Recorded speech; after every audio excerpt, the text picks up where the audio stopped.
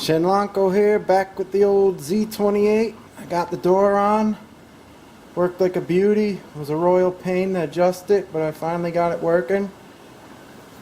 It works much better now.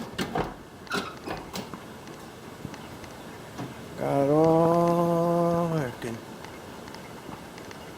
Nice.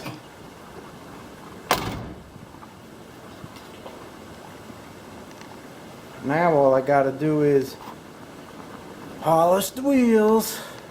Also have to clean the motor up a little bit. There you go, there's the light on it. Just gotta dust it off and get it ready. And also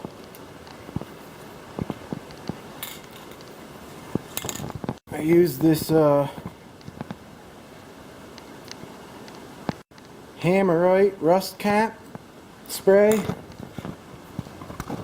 and then I did my trunk with it. It's much nicer now.